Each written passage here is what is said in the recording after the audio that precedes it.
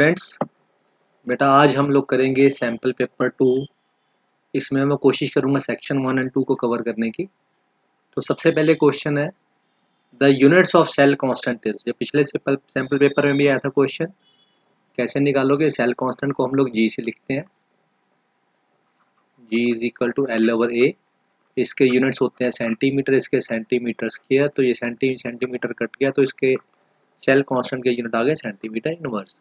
दूसरा क्वेश्चन है बाइमोलिकुलर रिएक्शन है।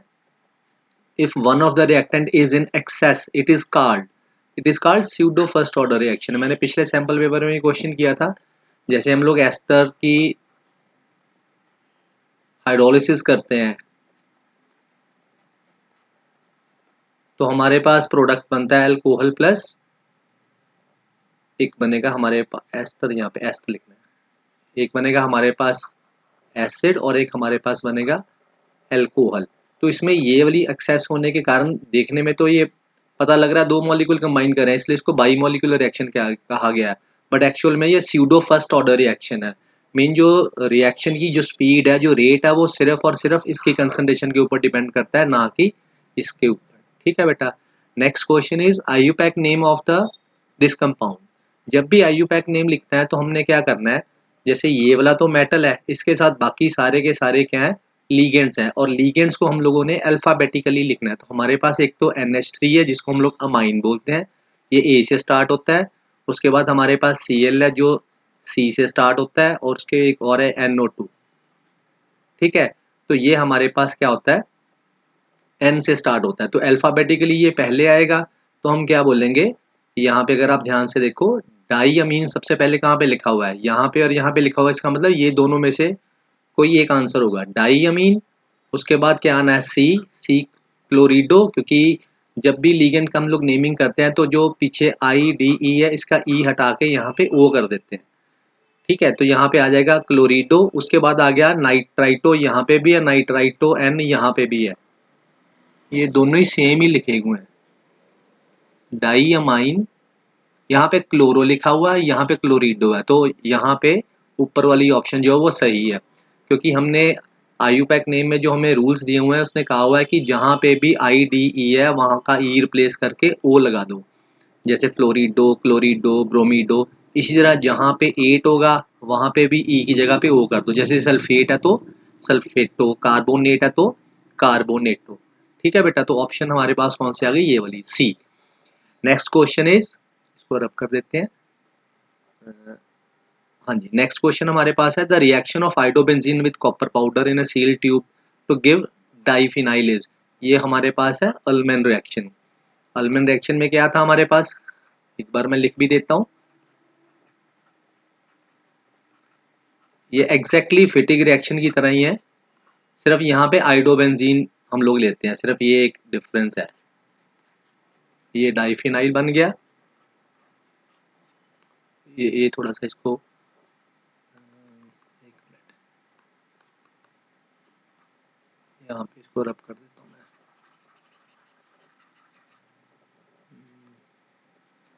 इसको इस तरह से बनाओ। ठीक है, तो ये बन गया, साथ में CU बन गया। ठीक है, तो ये हमारे पास अल्मेन रिएक्शन है। गैटरमैन रिएक्शन में क्या होता है, गैटरमैन रिएक्शन में बेंजीन डाइजोनियम क्लोराइड लेते हैं, प्लस हमारे पास यहाँ पे कॉपर पाउडर और HCl लेते हैं, तो हमारे पास क्लोरोबेंजीन बनती है। हंस डिकर रिएक्शन में क्या होता है, हंस डिकर रिएक्शन में सिल्वर सॉल्ट लेते हैं इन द प्रेजेंस ऑफ ब्रोमीन, और यहाँ पे ये एक तो कार्बन डाइऑक्साइड निकलेगा, एक सिल्वर ब्रोमाइड निकलेगा, और ये Br जो वो इसके Ag के R के पास चला जाएगा, RBr। तो ये अल्काइल हैलाइड बन जाएगा हमारे पास। तो इस तरह से फिटिक रिएक्शन जो है वो यहाँ पे आइडो की जगह पे आप Cl यूज कर लो, और यहाँ पे आप सब कुछ यही रखना आपने। तो यहाँ पे 2 सोडियम लिख लेने बस। तो इस तरह से ये बीच में निकल जाएगा और डाइफिनाइल बन जाएगा। अब आइडोबेंजीन का यहाँ पे आंसर क्या हो गया, अल्मेन। ये इसलिए मैं लिख रहा हूँ ताकि आपको रिवाइज भी हो जाए सारी की सारी रिएक्शंस। नेक्स्ट क्वेश्चन हमारे पास है फिफ्थ वाला, the chemical reaction of this in the presence of concentrated sodium hydroxide. ये अल्कोहल बन रहा है और एसिड बन रहा है।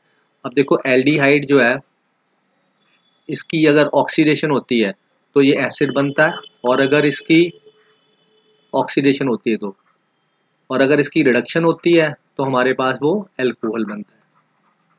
मतलब same substance it is undergoing oxidation as well as reduction, ऐसी रिएक्शन को बोलते हैं डिस्प्रपोर्शनेशन रिएक्शन। और ये वाली जो रिएक्शन है दिस इज कैनिज़रो, ये वाला ये ऑप्शन है कैनिज़रो रिएक्शन। ठीक है, वो वाले एल्डिहाइड जिनके पास अल्फा हाइड्रोजन नहीं होता, वो कंसंट्रेटेड सल्फ बेस की प्रेजेंस में दे अंडरगो डिस्प्रपोर्शनेशन रिएक्शन। तो ये हमें कैनिज़रो रिएक्शन है। वैसे बता देता हूँ रोजन-मून रिडक्शन में क्या होता है। रोजन-मून रिडक्शन जो होती है वो एसिड हैलाइड की होती है, उसमें हम लोग रिडक्शन करते हैं प्लेटिनम बेरियम सल्फेट की प्रेजेंस में, या क्विनोलीन भी यूज करते हैं, क्विनोलीन या बॉइलिंग सल्फर भी, बॉइलिंग सल्फर भी ले लेते हैं। ये इसलिए हम लोग लेते हैं ताकि ये जो रिड्यूसिंग एजेंट है इसकी जो एक्टिविटी है उसको थोड़ा सा पॉइजन कर दिया जाए, रिड्यूस कर दिया जाए। तो यहाँ पे होता क्या है, अगर आप ध्यान से देखो, तो यहाँ पे एक एच इसके पास चला जाएगा, एक एच इसके पास चला जाएगा, तो ये हमारे पास क्या बन गया एल्डिहाइड, और ये क्या बन गया HCl। तो यहाँ पे हमारे पास ये एल्डिहाइड बन गया। ठीक है जी। और दूसरी तरफ हमारे पास इटार्ड रिएक्शन है, इटार्ड रिएक्शन भी हमने की हुई है। इटार्ड रिएक्शन में क्या था,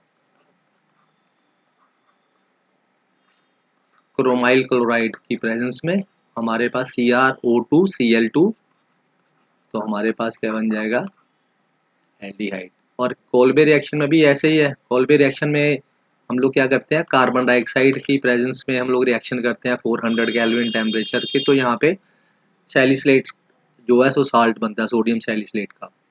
तो हमारे पास जो रिएक्शन दी हुई है वो किसकी है, कैनिज़रो रिएक्शन की है। नेक्स्ट क्वेश्चन है पेंटेन 2 ऑन पेंटेन 3 ऑन में हम लोग डिस्टिंग्विश करने के लिए कौन सा रिएजेंट अप्लाई करेंगे। देखो बेटा, एक तो हमेशा याद रखो जब एल्डिहाइड और कीटोन में डिफरेंस आपने करना है तो हमारे पास दो सॉल्यूशन है, एक टॉलन रिएजेंट,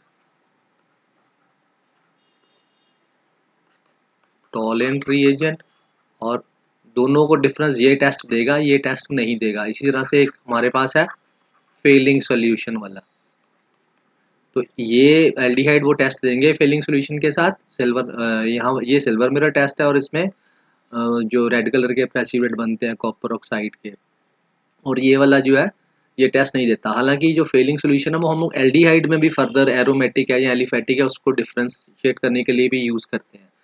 बट यहाँ पे हमें दिया हुआ है दोनों ही कीटोन दिए हुए हैं, तो यहाँ पे हमने क्या देखना है कि कहाँ पे मिथाइल कीटोन है। अगर आप पेंटेन 2 ऑन लिखते हैं CH3COCH2CH3, ये हो गया मेरे पास ये वाला। और इसी तरह से इसको कैसे लिखेंगे हम लोग, पेंटेन 3 ऑन 1 2 3, ये हो गया ये वाला, सॉरी ये पेंटेन 2 ऑन दोबारा ये लिखता हूँ मैं CH3, ये हो गया पहले वाला, ये हो गया, ये पेंटेन 3 हो गया, यहाँ पे 3 पे है यहाँ पे 2 पे है। अब आप देखो इसमें जो है वो मिथाइल कीटोन है, इस वजह से ये आइडोफॉर्म टेस्ट देगा। आइडोफॉर्म टेस्ट हम लोग किसके साथ कराते हैं, I2NaOH की प्रेजेंस में। ये एक ऑक्सीडाइजिंग एजेंट का काम करता है, वो इसको ऑक्सीडाइज कर देता है और हमारे पास with less number of carbon acid बनता है। ठीक है बेटा, ये हमारे पास जो है this is tolerant reagent solution. Alkaline जो ये है ammoniacal solution of silver nitrate है। ये जो जिंक अमलगम HCl है ये हम लोग क्लेमेंसेंस रिडक्शन में यूज करते हैं, और ये क्या है एसिडिक पोटेशियम डाइक्रोमेट जो कि हम लोग ऑक्सीडेशन के लिए यूज करते हैं।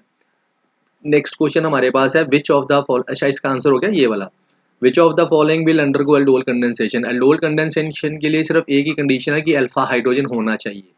अब यहाँ पे अल्फा हाइड्रोजन नहीं, अल्फा हाइड्रोजन मतलब कि जो कार्बोनिल वाला कार्बन है उससे नेक्स्ट वाला जो कार्बन होता है वो अल्फा कार्बोनिल कार्बन होता है, इसके ऊपर H लगा होना चाहिए। तो इसमें से सिर्फ यही वाला, एक ये वाला है और एक ये वाला, ये दोनों में अल्फा कार्बन है। ये जो पहले वाला है इसको एक्रोलीन भी बोलते हैं, एक्रोलीन।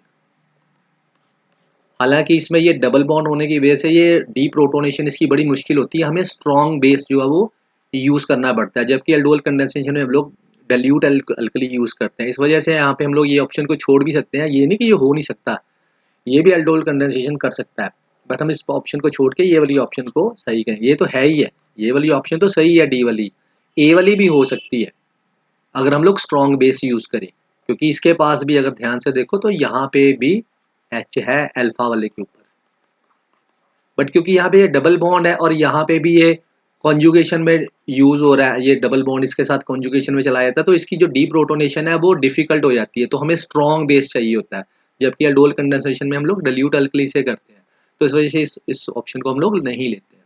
ठीक है, तो नेक्स्ट वाला देखते हैं।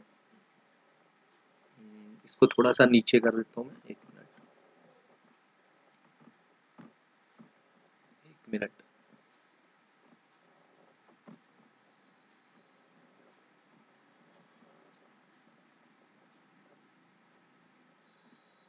हाँ जी, नेक्स्ट अब दोबारा से देखते हैं हम लोग कौन सा हमारे पास है ये। नेक्स्ट ऑप्शन है हमारे पास, क्वेश्चन है molality is expressed as. Molality को हम लोग किस तरह से एक्सप्रेस कर सकते हैं? मोलैलिटी क्या होती है? मोलैलिटी को पहले तो स्मॉल m से लिखते हैं, it is number of moles of solute dissolve पर किलोग्राम ऑफ द सॉल्वेंट पर केजी ऑफ द सॉल्वेंट। तो इसका मतलब ये मोल्स पर केजी में हम लोग मोलैलिटी को एक्सप्रेस कर सकते हैं, तो यहाँ पे मोल्स पर केजी ये वाली ऑप्शन होगी, इसका मतलब ये आंसर है हमारे पास। उसके बाद नेक्स्ट क्वेश्चन है which of the following is not affected by temperature. वो वाली अगर ध्यान से देखो तो मोलैलिटी ही है, एक मोलैरिटी होती है जिसमें हम लोग W2 बटा M2 इंटू 1000 ओवर V लिखते हैं। नॉर्मेलिटी में क्या होता है W2 over E2 into 1000 over V लिखते हैं, और मोलैलिटी में क्या होता है स्मॉल m। मोलैलिटी में क्या आता है W2 बटा M2 इंटू 1000 ओवर W1 लिखते हैं। तो अगर आप ये ध्यान से देखो मोलैलिटी एक ऐसी इसमें सारी की सारी जो मोलैलिटी है वो मास डिपेंडेंट है, चीज़ें मास के ऊपर ही डिपेंड कर रही है, और मास जो है यहाँ पे ये वॉल्यूम के ऊपर डिपेंड कर रही है मोलैरिटी, नॉर्मेलिटी भी वॉल्यूम के ऊपर डिपेंड कर रही है, इसलिए फार्मूला मास की फॉर्मेलिटी लिखोगे तो वहाँ पे भी वॉल्यूम ही आएगा। इसी तरह से यहाँ पे फार्मूला मास यूनिट लिख लेते हैं, तो सारी चीज़ें वॉल्यूम डिपेंडेंट है, सिर्फ मोलैलिटी है जो वो मास डिपेंडेंट है, और मास जो होता है वो टेम्परेचर के ऊपर डिपेंड नहीं करता। इस वॉल्यूम तो टेम्परेचर के ऊपर डिपेंड करता है, T is directly proportional to V, अगर मान लो टेम्परेचर बढ़ाते हैं तो वॉल्यूम भी बढ़ जाता है, जबकि मास के ऊपर कोई फर्क नहीं पड़ता है। इसीलिए यहाँ पे हम लोग कहेंगे कि इसमें से जो मोलैलिटी है it is not affected by the temperature. Next question है mole fraction of solute in 2.5 molar aqua solution is. इसका वैसे तो आंसर मैंने आपको पिछली वीडियो में भी बताया हुआ, इसका आंसर ये है। ठीक है, बता भी देता हूँ। वैसे उसने पूछा है मोल फ्रैक्शन निकालनी है सोल्यूट की, हमें गिवन क्या है? हमें गिवन है 2.5 मोलल एक्वा सॉल्यूशन। अब इस चीज को समझना बेटा, इसका मतलब क्या है? मैंने आपको बताया था जो पीछे लिखा होता है इसका मतलब क्या है कि सोल्यूट के 2.5 मोल किसमें प्रेजेंट है? 1 लीटर में प्रेजेंट है, या 1000 ml में प्रेजेंट है। अब ये मेरे पास सोल्यूशन का मिली वॉल्यूम आ गया। अब मैंने क्या किया, मैंने इसको पहले तो मैं इसको मोल में कन्वर्ट कर लूँ। मोलैलिटी यहाँ पे गलती होगी बेटा, यहाँ पे सॉरी, यहाँ पे मोलल का मतलब 2.5 moles present in 1000 gram of the solvent. Solvent में है क्योंकि ये मोलैलिटी है ना, मोलैलिटी हम लोग सॉल्वेंट में लेते हैं पर केजी ऑफ द सॉल्वेंट, यहाँ 1000 ग्राम ऑफ सॉल्वेंट। अब मेरे पास सॉल्वेंट का वेट तो है, तो मैं क्या करूंगा 1000 को 18 से मतलब वेट को मॉलिक्यूलर वेट से डिवाइड कर दूंगा, तो ये किस में कन्वर्ट हो जाएगा? ये नंबर ऑफ मोल्स में हो जाएगा। तो ये लगभग हमारे पास 50.5 मोल्स आ जाएंगे, किसके? वाटर के। ये मोल्स हमारे पास सोल्यूट के हैं, इसका मतलब मोल फ्रैक्शन जो है वो किसके, हमें पता है किसके इक्वल होती है? Number of moles of solute, number of moles of solute plus number of moles of solvent. तो जब आप इसको यहाँ पे फिल करोगे तो इसके मोल्स 2.5 है, नीचे फिर 2.5 प्लस वाटर के कितने, सॉल्वेंट के कितने हो गए? 55.5। तो ये सारा कैलकुलेट करके आपके पास 0.043 आएगा। ठीक है बेटा, चलो नेक्स्ट क्वेश्चन करते हैं, ट्रू फॉल्स वाला। सबसे पहले aldehyde ketone reacts with the electrophiles but not with the nucleophiles. तो ये फॉल्स है स्टेटमेंट, ये ऑलरेडी हम लोग पहले भी कर चुके हुए हैं, क्योंकि जब ये इसके ऊपर शिफ्ट होता है तो यहाँ पे इलेक्ट्रोफिलिक कार्बन के ऊपर न्यूक्लियोफाइल अटैक करने आता है, तो ये न्यूक्लियोफिलिक के साथ, न्यूक्लियोफाइल के साथ भी इसकी रिएक्शंस होती हैं, एडिशन होती है इसके ऊपर। नेक्स्ट है acetaldehyde can be reduce to ethane in the presence of lithium aluminium hydride. तो जो एक बेटा ध्यान रखना है, यहाँ पे मैं लिख देता हूँ दोबारा से भी, ये दिस इज एसिटल्डिहाइड।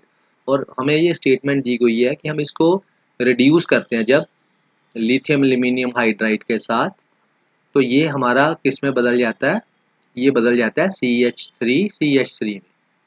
जबकि ऐसे नहीं है, यहाँ पे हमारे पास ये अल्कोहल में तब्दील होता है। देखो मैं आपको यहाँ पे बता देता हूँ एक और तरीका याद रखने का कि एल्डिहाइड जो है जब इनको रिड्यूस करते हैं, जब तो इनके लिए स्पेशल हम लोग वुल्फ किश्नर रिडक्शन या क्लेमेंसन रिडक्शन करते हैं तो ये अल्केन में चेंज होता है, अदरवाइज ये अल्कोहल में चेंज होता है। और कोई भी अगर रिड्यूसिंग एजेंट लेते हैं तो ये अल्कोहल में चेंज होगा। अगर वुल्फ किश्नर मीन्स हाइड्रोक्सिलमीन और हाइड्रा KOH और हाइड्राजीन लेते हैं इसमें, तो तब ये अल्केन में चेंज होगा। या जिंक अमलगम HCl लेते हैं तब भी ये अल्केन में ही चेंज होगा।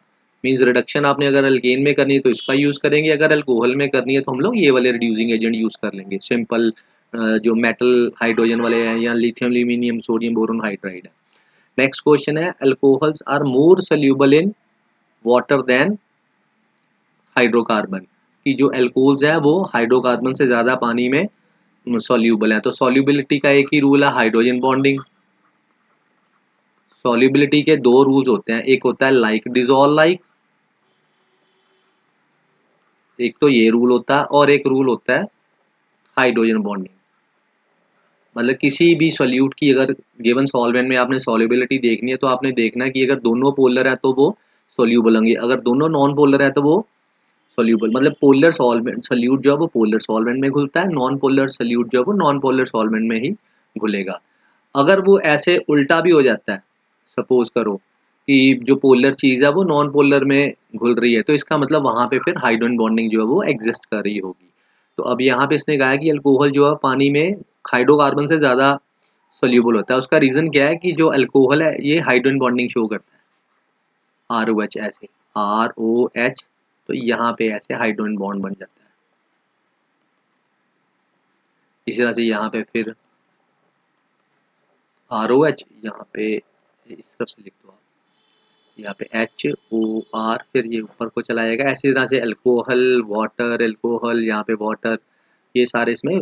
जबकि जो हाइड्रोकार्बन है वो नॉन पोलर है तो इसलिए वो इसमें घुलेगा नहीं। ठीक है, तो इसका मतलब ये स्टेटमेंट जो है वो सही है। ये ऊपर वाली स्टेटमेंट फॉल्स थी, ये ऊपर वाली भी फॉल्स थी। तो chelating complex tend to be more stable, जो चिलेटिंग लिगेंड्स होते हैं वो ज़्यादा स्टेबल कॉम्प्लेक्स बनाते हैं। बिल्कुल सही है। सपोज करो आपके पास ये 4 लिगेंड लगे हुए हैं, सपोज कर लो ये मोनोडेंटेट है। अब मैंने किया कि मैंने चिलेटिंग लिगेंड्स लगा दिए, मतलब वो वाले लिगेंड जो एक टाइम पे एक से ज़्यादा डोनर साइड से डोनेट करते हैं, और वो एक एटलीस्ट वो एक 5 मेंबर रिंग बना रहे हो। जैसे सपोज करो मान लो 4 लिगेंड जो मोनोडेंटेट है, इसकी बजाय मैं अगर 2 लिगेंड ले लूँ जो बाईडेंटेट है, तो ये वाला कंपाउंड इससे ज़्यादा स्टेबल होगा। मैं इसको यहाँ पे बना के दिखाता हूँ। ये इथिलीन डाइमीन को इस तरह से लिखते हैं हम लोग, NH2 NH2। तो ये वाला जो लोन पेयर है ये भी इसको डोनेट करता है, ये भी इसको डोनेट करता है। इसी तरह से इधर से भी इधर से भी ये करेगा। हम इसको ऐसे भी लिख देते हैं या ऐसे भी लिख सकते हैं।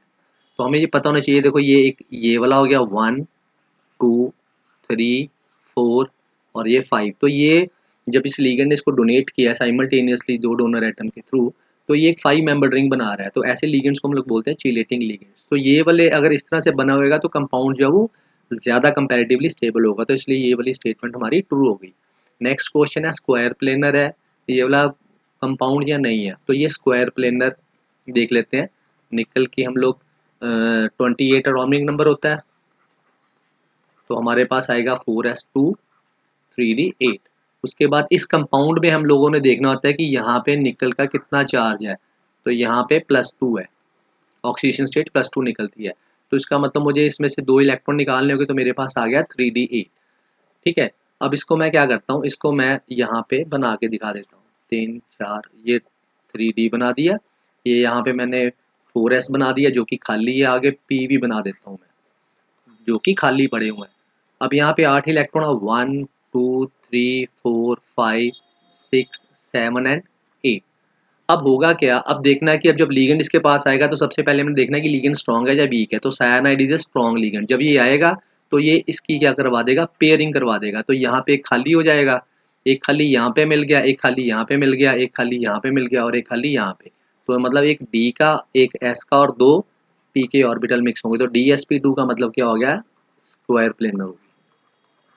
ठीक है, तो इसका मतलब ये सही है। ठीक है, नेक्स्ट हम लोग करते हैं, एक मिनट इसको नीचे कर देता हूँ मैं।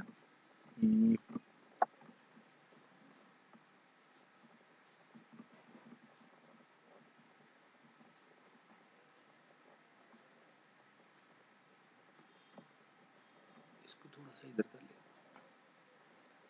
हाँ जी, ये आप खुद से कर लेना बेटा, ये जो कॉम्प्रीहेंशन है सिंपल, बीच में से ही सारे के सारे आंसर्स दिए हुए हैं। जैसे इसमें सबसे पहले कौन सा बेस है जो कि डीएनए में नहीं होता, तो हमें पता है कि कौन कौन से होते हैं उसमें। Base ATGC, adenine, guanine, cytosine, तो थायमिन। तो उसमें थायमिन की जगह पे आरएनए में यूरेसिल होता है। तो आपने ये बता देना कि कौन सा बेस है जो कि डीएनए में नहीं होता, तो यूरेसिल हो गया। इसी तरह से कौन से जो है यहाँ पे हमें हेल्प करते हैं बनाने में, ये जो सेकंड क्वेश्चन है, which nucleic acid helps to protein synthesis. तो डीएनए आरएनए दोनों ही हेल्प करते हैं। डीएनए जो है वो जेनेटिक इंफॉर्मेशन स्टोर करता है और वो उसको रिप्रोड्यूस करता है प्रोटीन सिंथेसिस में, आरएनए जो है। इसी तरह न्यूक्लियोटाइड की कॉम्पोजिशन बता देनी है, ये यहाँ पे दी भी हुई है आपके पास। जो न्यूक्लियोटाइड है ये बेसिकली बिल्डिंग ब्लॉक्स है डीएनए आरएनए का। इसी तरह डीएनए आरएनए के डिफरेंस बता देना है। कौन सा बॉन्ड है जो स्टेबिलिटी प्रोवाइड करता है डबल हेलिकल स्ट्रक्चर्स में, तो ये हाइड्रोजन बॉन्ड होता है जो यहाँ पे लिखा हुआ, which is found by hydrogen bonding between the basis of two anti parallel poly nucleotide chains. तो हम लोग नेक्स्ट क्वेश्चन करते हैं, आइडियल सॉल्यूशन और नॉन आइडियल सॉल्यूशन में डिफरेंस। तो आइडियल और नॉन आइडियल सॉल्यूशन क्या होते हैं, ideal and non ideal solution. ये सिर्फ आपको एक रिवीजन के लिए कि एक मोटा मोटा पता लग जाए, आपको पढ़ना तो आपने प्रॉपर से है। आइडियल सॉल्यूशन में लोग क्या करते हैं कि जैसे मान लो मेरे पास एक सोल्यूट है और ये सॉल्वेंट है,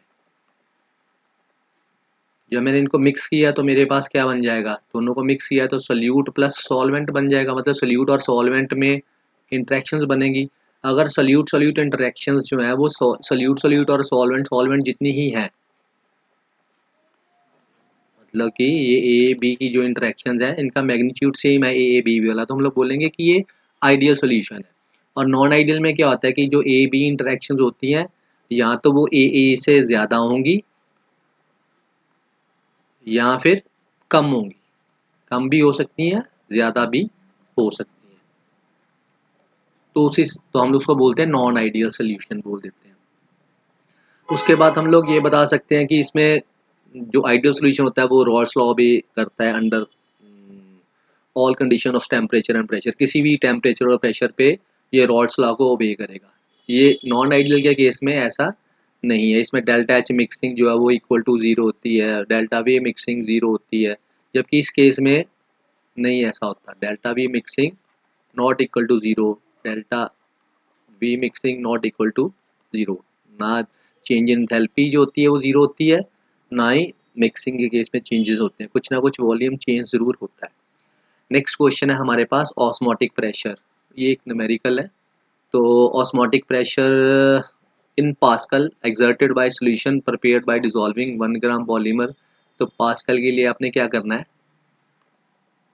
तो यहाँ पे हमारे पास ये फार्मूला लगेगा, pi is equal to C into R into T. Osmotic pressure इसकी जगह पे लिख देंगे n V into R into T. यहाँ पे जो वॉल्यूम है वह number of moles per litre है। ठीक है, अब हमारे पास देख लो क्या क्या दिया हुआ, साइड पे देख लेते हैं। नंबर ऑफ मोल्स हमें कैसे निकलेंगे, नंबर ऑफ मोल्स हमारे पास पॉलीमर 1 ग्राम दिया हुआ और उसका मास भी दिया हुआ है। तो इसका मतलब n की जगह पे पहले तो मैं लिखूंगा W2 बटा M2 इंटू वी, इसमें लीटर में, इंटू R और इंटू T। तो यहाँ पे W2 की जगह पे 1 ग्राम आ जाएगा, यहाँ पे आ जाएगा हमारे पास,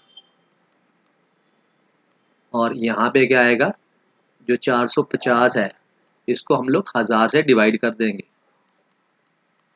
ठीक है, R की जगह पे क्या आएगा 8.314। देखो R की वैल्यू हमारे पास क्या होती है 8.314 जाउल पर केल्विन पर मोल। अगर यहाँ पे पास्कल में लेनी है, पास्कल लीटर में, तो यहाँ पे 10⁻7 में 3 आ जाएगा। तो यहाँ पे टेम्परेचर कितना दिया हुआ, टेम्परेचर 37 डिग्री। देखो यहाँ पे केल्विन में ले रहे हैं, इधर देखो यहाँ पे केल्विन में, तो यहाँ पे भी केल्विन में लेना पड़ेगा। तो यहाँ पे 273 इसमें ऐड कर देंगे 273, तो ये हमारे पास क्या आ जाएगा, ये आ जाएगा 310। तो इस सभी को कैलकुलेट करके आपके पास लगभग 3 पॉइंट समथिंग जो है वो पास्कल में आपका आंसर आ जाएगा। ठीक है बेटा। तो नेक्स्ट क्वेश्चन अब देखते हैं। नेक्स्ट क्वेश्चन है sugar syrup of weight 214.2 gram contains this sugar, calculate the mole fraction. तो सिंपल है, ये आप कर सकते हो मेरे हिसाब से। भी क्या आपको करना है, सिंपल आपको यहाँ पे मोल फ्रैक्शन निकालनी है जो है सिरप है। मोल फ्रैक्शन निकालने के लिए हमें क्या चाहिए, जैसे अगर सल्यूट की निकालनी है तो हमारे पास नंबर ऑफ मोल्स सल्यूट के पता होने चाहिए, और नीचे क्या आना चाहिए, total number of moles of solute and solvent. जितने भी कंपोनेंट हमारे पास दिए हुए हैं उससे डिवाइड कर देंगे। अब नंबर ऑफ मोल्स अगर निकालने हैं तो हमारे पास सिरप है जिसमें कि ये सिरप का वेट दिया हुआ है, इसमें ये 34.2 ग्राम शुगर इसमें ऐड की हुई है। तो इसका मतलब पहले तो मैं ये देखूँ कि मेरे पास सल्यूट शुगर दी हुई है, तो इसके नंबर ऑफ मोल्स कैसे निकलेंगे। इसका वेट हमारे पास दिया हुआ 32.2 डिवाइडेड बाय 342, ये इसका मॉलिक्यूलर मास हो गया। ये आपका W2 हो गया, ये आपका M2 हो गया। तो ये आपके नंबर ऑफ मोल्स निकल आएंगे। अब उसके बाद ये हमारे पास जो दिया हुआ है ये पूरे का पूरा सोल्यूशन दिया हुआ, तो कोई बात नहीं, हम लोग सोल्यूशन वेट ऑफ सॉल्वेंट कैसे निकाल सकते हैं, हम निकालेंगे वेट ऑफ सोल्यूशन में से जो वेट ऑफ सोल्यूट जो है वो माइनस कर देंगे। तो हमारे पास कितना है, हमारे पास है 214.2, तो इसमें से हम लोग माइनस कर देंगे 34.2, तो ये निकल आएगा, ये लगभग 180 के करीब आएगा आपका, 180 ग्राम। ठीक है। तो अब मेरे पास सॉल्वेंट भी आ गया। ऑब्वियसली जो सिरप बनाया हुआ है वो वाटर में बनाया हुआ है, जो सोल्यूशन बनाया शुगर को पानी में डिप करके उसका सिरप बनाया हुआ, तो इसका मतलब सॉल्वेंट हमारे पास वाटर है। तो इसका गिवन वेट कितना हो गया 180, और इसका मॉलिक्यूलर वेट कितना हो गया ये, तो इसका मतलब ये काट के हमारे पास क्या आ गए 10 मोल्स इसके आ गए। यहाँ से सॉल्वेंट के यहाँ पे गलती होगी बेटा, यहाँ पे n लिखना है, नंबर ऑफ मोल्स। ठीक है। यहाँ पे हमारे पास सॉल्वेंट के नंबर ऑफ मोल्स आ गए, यहाँ से हमारे पास शुगर के आ गए, तो ये दोनों यहाँ पे फिल कर देंगे, ये यहाँ पे फिल कर देंगे और यहाँ पे फिल कर देंगे, तो हमारे पास सोल्यूट की जो है वो मोल फ्रैक्शन आ जाएगी। अगर आपने सॉल्वेंट की निकालनी है तो हमें पता ही है जो एक में से माइनस करने के बाद, क्योंकि जो सोल्यूट और सॉल्वेंट की मोल फ्रैक्शन होती है वो 1 के इक्वल होती है। इसको सॉल्व नहीं करना आपने, जस्ट एक की निकाल के दूसरे को 1 में से, जिसकी निकाल ली है उसको दूसरी तरफ ले आके माइनस कर लो और सेकंड की निकल आएगी। जैसे सोल्यूट की निकाल ली आपने तो उसको दूसरी तरफ 1 में से माइनस कर दो तो वो सॉल्वेंट की आ जाएगी। नेक्स्ट क्वेश्चन हमारे पास है first order reaction is found to have rate constant this. तो हमारे पास के की वैल्यू दी हुई है, कितनी है 5.5 इंटू 10⁻⁻14 सेकेंड इनवर्स। यहाँ पे आपने निकालना है क्या, हाफ लाइफ पीरियड निकालना है। तो ये वाला क्वेश्चन तो सिंपल ही है, 0.693 ओवर 5.5 इंटू 10⁻⁻14, इसको आप सॉल्व करके हमारे पास सेकंड्स में आंसर आ जाएगा। ठीक है। नेक्स्ट क्वेश्चन है हाफ लाइफ पीरियड निकालना है, सेम यही वाला फॉर्मूला लगेगा, आप निकाल सकते हो। नेक्स्ट क्वेश्चन है रेट कांस्टेंट और रेट ऑफ रिएक्शन में डिफरेंस, रेट ऑफ रिएक्शन में और रेट कांस्टेंट में डिफरेंस। तो रेट कांस्टेंट क्या है, रेट ऑफ रिएक्शन क्या है, रेट ऑफ रिएक्शन बेसिकली हमारे पास स्पीड ऑफ रिएक्शन है। अगर आप इसको क्वांटिटेटिवली लिखोगे तो हम लोग इसको बताएंगे कि this is a change in concentration of any of reactant of और product per unit time. Concentration, ये हम लोग इसको क्या लिखेंगे, रेट कांस्टेंट क्या होता है, रेट कांस्टेंट जो है वो it is the rate of reaction, it is the rate of, ये रेट ऑफ रिएक्शन ही होती है, पर कब, when concentration of reactant is taken as unity, reactant is taken as unity।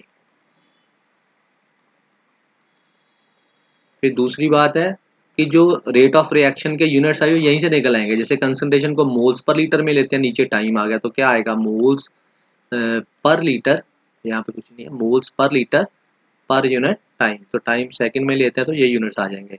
Rate constant के unit किस तरह होंगे? रेट कांस्टेंट के यूनिट से डिपेंड करते हैं ऑर्डर ऑफ रिएक्शन पे। किस पे डिपेंड करते हैं? ऑर्डर ऑफ रिएक्शन पे। अगर आपको ऑर्डर ऑफ रिएक्शन पता है, मोल्स पर लीटर, ऊपर पावर लिख देनी है 1 माइनस एन सेकेंड इनवर्स। तो जो भी आपने यूनिट निकाले यहाँ पे, जिस भी ऑर्डर के निकाले हैं वहाँ पे एन भर के, तो यहाँ पे आप इसको सॉल्व करके निकाल सकते हैं। नेक्स्ट क्वेश्चन हमारे पास है बेटा, define corrosion and give the name of chemical formula of rust. हाँ जी, कोरोजन क्या होती है? Corrosion basically eating away of metal है, eating away of metal, of metal. ठीक है, जब उसको एक्सपोज करते हैं एटमॉस्फेरिक कंडीशंस में, तो जो मेटल की लेयर्स जो है वो खाई जाती है, तो हम लोग को बोल देते हैं कि वो कोरोजन हो रहा है।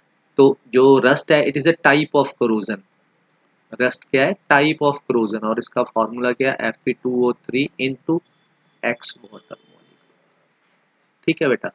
नेक्स्ट क्वेश्चन है हमारे पास, difference between weak field and strong field ligand. तो वीक फील्ड और स्ट्रॉन्ग फील्ड लिगेंड क्या करते हैं? स्ट्रॉन्ग फील्ड लिगेंड अगर जो होता है वो क्या काम करता है, ये मैंने पीछे भी डिस्कस किया था आपके पिछले पेपर में भी, सैम्पल पेपर में भी। ये it causes greater splitting, causes greater splitting. इस केस में जो क्रिस्टल फील्ड स्टेबलाइजेशन, जो ऐसे बोल लो कि जो डी ऑर्बिटल्स हैं, जब डी ऑर्बिटल के पास लिगेंड्स जाते हैं तो वो उनकी जो सेपरेटिंग कर देते हैं दो सेट्स में, T2G एंड DG, तो उनमें ज़्यादा गैप डालते हैं। जबकि वीक फील्ड वाले क्या करते हैं, जो वीक फील्ड लिगेंड है ये क्या करते हैं, WFL, ये कम सप्लिटिंग करते हैं, ये क्या करते हैं, ज़्यादा सप्लिटिंग करते हैं। इस वजह से उसके रिजल्ट से क्या होता है फिर, मतलब उसके नतीजे के फलस्वरूप क्या होता है, कॉन्सिक्वेंटली क्या होता है, अगर ग्रेटर सप्लिटिंग होती है तो इसमें फिर लो स्पिन कॉम्प्लेक्स बनते हैं, लो स्पिन कॉम्प्लेक्स बनते हैं। ठीक है, और इसमें क्या होते हैं, हाई स्पिन कॉम्प्लेक्स बनते हैं। ये मेन चीज़ है। ठीक है, तो इसी तरह से नेक्स्ट क्वेश्चन है हमारे पास, short note on coupling reaction. Coupling reaction भी मैंने लास्ट टाइम डिस्कस किया था। हम लोग मोस्टली जो कपलिंग रिएक्शन लिखते हैं वो ये वाली लिखते हैं। वैसे तो वुर्ज रिएक्शन हो गई, फिटिक रिएक्शन हो गई, ये सारी कपलिंग रिएक्शंस ही हैं। ठीक है, अगर जो आपकी बुक में दिया हो या मोस्टली बच्चे करते हैं तो ये वाली करते हैं।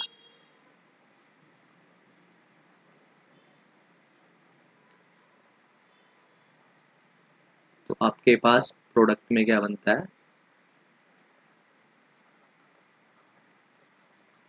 एजो पैराहाइड्रोक्सी एजोबेंजीन, हाइड्रोक्सी एजोबेंजीन, या इसको ऑरेंज डाई भी बोलते हैं।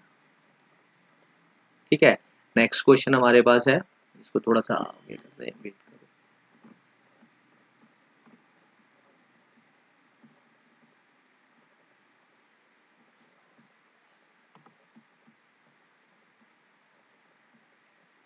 नेक्स्ट है हमारे पास, कहाँ पे गया क्वेश्चन, कपलिंग हो गया। ये आप ईथर के यूज आप सीधे कर ही लोगे आप।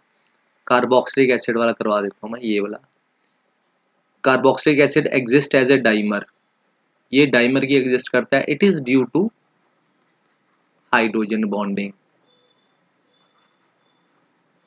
जैसे RCOOH, ये कार्बोक्सिलिक एसिड है, ये दूसरा है। तो आप देखो इसमें हाइड्रोजन बॉन्डिंग होने की वजह से ये क्या करते हैं, एज ए डाइमर के रूप में एग्जिस्ट करते हैं। ठीक है, दो दो के यूनिट्स के रूप में ये बने होते हैं। सेकेंड है, नेक्स्ट है, why are the boiling point of carboxylic acid higher than the corresponding alcohol. देखो अल्कोहल में भी हाइड्रोजन बॉन्डिंग होती है और इसमें भी हाइड्रोजन बॉन्डिंग होती है, पर इसकी जो हाइड्रोजन बॉन्डिंग है वो ज़्यादा स्ट्रॉन्ग होती है। और ऊपर से तो इतनी ज़्यादा स्ट्रॉन्ग है ये बॉन्डिंग कि ये दो दो एग्जिस्ट करते हैं, molecule as a dimer form exist करता है। तो कहीं ना कहीं ये वाला आंसर ही यहाँ पे आपका लग जाएगा सारा का सारा, कि इसका बॉइलिंग पॉइंट ज़्यादा होगा, क्योंकि बॉन्ड तोड़ने में बहुत हीट लगेगी तो फिर टेम्परेचर बढ़ जाएगा। तो हम कहेंगे कि बॉइलिंग पॉइंट जो कार्बोक्सिलिक एसिड का इसलिए ज़्यादा है क्योंकि इसमें हाइड्रोजन बॉन्डिंग होती है और ये डाइमर के रूप में एग्जिस्ट करते हैं। ठीक है। नेक्स्ट है anilinium, aniline dissolve in aqueous HCl। Why? क्योंकि ये एनिलीनियम सॉल्ट बना देता है। ठीक है, इस वजह से ये HCl में डिजोल्व हो जाता है। नेक्स्ट क्वेश्चन है, जैसे यहाँ पे बना के दिखा भी सकते हो, NH2 जो है यहाँ पे 3Cl, ऐसे ये एनिलीनियम सॉल्ट बन जाएगा। नेक्स्ट इसके बाद है what is the chemical formula of vitamin D.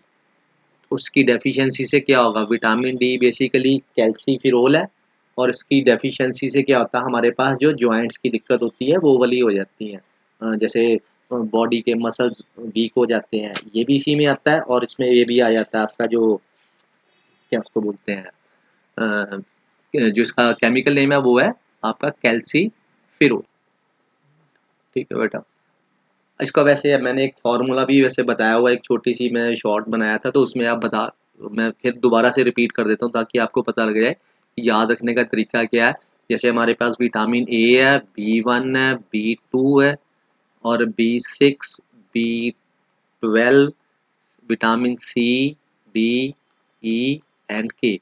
तो मैंने इसका याद रखने का तरीका बताया था कि जो रोजी है हमारे पास, जो रोजी है, रोजी के यहाँ पे, क्योंकि ये उससे बनेगा, क्या उसको बोलते हैं, यहाँ पे आप टाइनी लिख सकते हो, क्योंकि ये मैं भी बताता हूँ, रोजी, टाइनी, रैबिट, ऐसे मैंने बनाया था।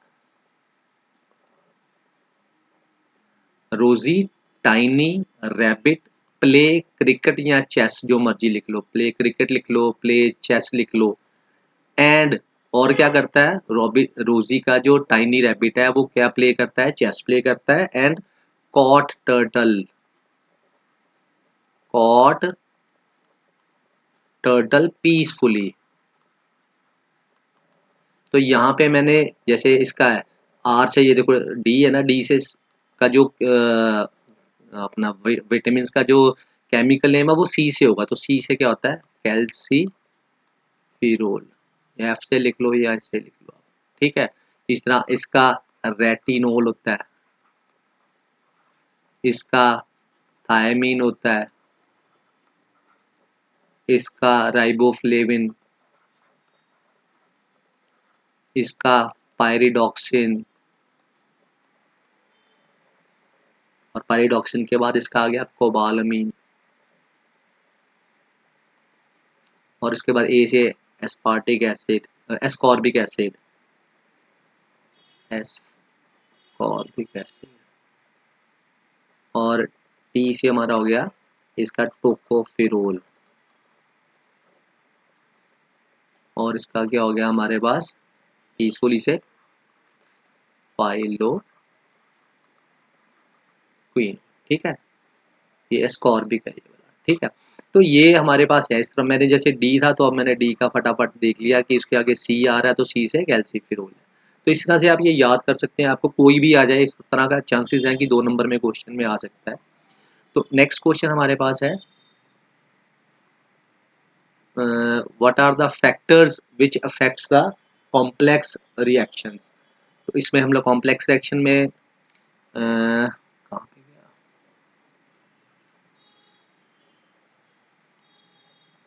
पहले ये वाला कर लेते हैं। Methylamine has less boiling point methanol. देखो सबसे पहले तो मिथाइलमीन लिखें CH3NH2, और दूसरी तरफ पे लिखें CH3OH। अब यहाँ पे हमें ये कहा गया हुआ कि इसका बॉइलिंग पॉइंट जो है ये ज़्यादा है इससे। अब जिसका बॉइलिंग पॉइंट ज़्यादा है, इसका मतलब उनके मॉलिक्यूल के बीच में इंटरमॉलिक्यूलर इंटरेक्शन स्ट्रॉन्ग है, और जिसके बीच में कम है, इसकी इंटरमॉलिक्यूलर इंटरेक्शन वीक है। तो हमने सिर्फ यही इस चीज़ को प्रूव करना है कि वो जो कह रहा है उसी के हिसाब से इसका आंसर बता देना है। जैसे जिसका बॉइलिंग पॉइंट ज़्यादा है, इसका मतलब उसके जो मॉलिक्यूल हैं वो एक दूसरे के साथ क्या होंगे, स्ट्रांगली एक दूसरे के साथ जुड़े हुए होंगे। अब यहाँ पे भी ये बॉन्ड क्या है, पोलर है। यहाँ पे भी ये, इसको मगर इस तरह से लिख दूं, तो ये वाला बॉन्ड भी क्या है, पोलर है। दोनों में कोई दिक्कत नहीं है, पोलर दोनों है। बट यहाँ पे ये ज्यादा पोलर है, more polar as compare to this, क्योंकि ऑक्सीजन जो है वो नाइट्रोजन से ज्यादा इलेक्ट्रोनेगेटिव है। तो ज्यादा पोलर होने की वजह से यहाँ पे जो इंटरमोलिकुलर हाइड्रोजन बॉन्डिंग होगी वो ज्यादा स्ट्रांग होगी, जिसकी वजह से इसका बॉइलिंग पॉइंट ज्यादा होगा। ठीक है बेटा। नेक्स्ट क्वेश्चन है कौन कौन से फैक्टर्स हैं जो कि स्टेबिलिटी को, कॉम्प्लेक्स आयन की स्टेबिलिटी को अफेक्ट करते हैं। जब भी इस तरह का क्वेश्चन आए आपने सबसे पहले तो क्या करना है, आपने ये देखना है कि सपोज करो ये मेटल है, ये इसके साथ लीगेंड लगा हुआ है, कोई भी यहाँ पे लिख लो 4 लिख लो, कोई चक्कर नहीं है। तो मैंने सिर्फ ये बताना है कि एक तो ये मेटल के ऊपर डिपेंड करेगी कॉम्प्लेक्स की स्टेबिलिटी, और एक लीगेंड के ऊपर डिपेंड करेगी। अब मेटल की क्या क्या चीज चाहिए, सबसे पहले है कि मेटल के ऊपर चार्ज क्या होना चाहिए, चार्ज होना चाहिए ज्यादा, greater the charge, greater the charge, more will be the stability, will be the stability of complex ion। इसी तरह से मेटल के बारे में भी बात कर रहा हूँ कि जितना मेटल के ऊपर चार्ज ज्यादा होगा उतनी स्टेबिलिटी ज्यादा होगी। इसी तरह से साइज के हिसाब से भी बता सकते हैं कि जितना स्मॉलर साइज होगा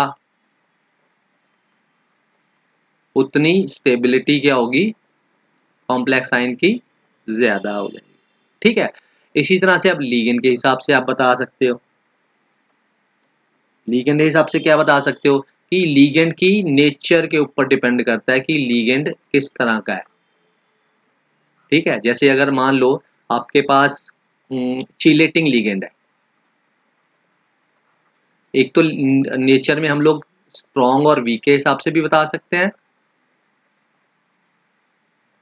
और एक चिलेटिंग इफेक्ट भी बता सकते हैं कि चिलेटिंग लीगेंड अगर लगे होंगे तो वो कॉम्प्लेक्स की जो स्टेबिलिटी है उसको क्या कर देंगे, बढ़ा देंगे।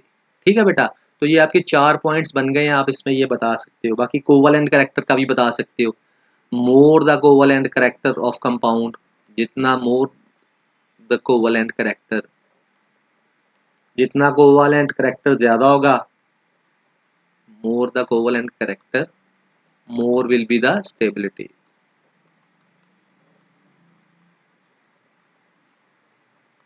ठीक है जी। तो उसके बाद नेक्स्ट क्वेश्चन है हमारे पास वेरिएबल ऑक्सीडेशन स्टेट।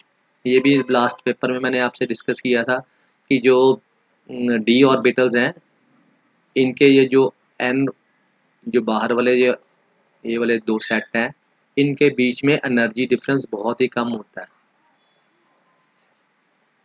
ठीक, ठीक है, जिसकी वजह से यहाँ पे जो इलेक्ट्रॉन पड़े हैं और यहाँ पे जो इलेक्ट्रॉन पड़े हैं दोनों ही पार्टिसिपेट करते हैं, और जिसकी वजह से ये वेरिएबल ऑक्सीडेशन स्टेट शो करते हैं। ठीक है, नेक्स्ट क्वेश्चन हमारे पास है, if current of 0.5 ampere flows through metallic wire to earth and how many electrons will be there. ठीक है, ये इस तरह से करेंगे। ये क्वेश्चन बेसिकली फैराडेज लॉ के ऊपर है। तो सबसे पहले तो हम लोग ये देखते हैं कि यहाँ पे हमने नंबर ऑफ इलेक्ट्रॉन्स निकाले। ठीक है, हम क्या करते हैं, सबसे पहले तो देखते हैं हमारे पास चार्ज पता कर लेते हैं पहले कि कितनी क्वांटिटी ऑफ इलेक्ट्रिसिटी है। करंट हमारे पास कितना दिया हुआ है, 0.5 एम्पियर दिया हुआ है, और टाइम हमें दिया हुआ 2 आवर्स। तो मैंने क्या किया, पहले इसको चेंज कर दिया, 2 आवर्स को पहले मैंने सेकंड में बदल दिया। 1 आवर्स में 60 मिनट होते हैं और 60 मिनट 1 मिनट में 60 सेकंड होते हैं। अब ये मेरे पास एम्पियर सेकंड में आ गया, मतलब चार्ज जो है वो कूलम में आ जाएगा। तो इस सभी को हम लोग मल्टीप्लाई करके यहाँ पे कुछ ना कुछ हमारे पास आंसर आ जाएगा। इसको काट के निकाल ही लेते हैं, यहाँ पे 10 आ गया, तो 0 और 0 कट गए, तो यहाँ पे हम लोग बता सकते हैं 5 2 10, 10 और ये आ गया, ये 360 आ गए, 10 इंटू 360, तो ये 3600 के करीब आ गया, मतलब हमारा आंसर यहाँ पे ये आ गया 3600 कूलम। अब हमने देखना है कि हमारे पास मेटेलिक वायर में वो कह रहा है कितने यहाँ पे इलेक्ट्रॉन्स पास होंगे। तो हम लोग ये हमें पता है कि जैसे एक मोल, एक मोल हमें क्या बताता है,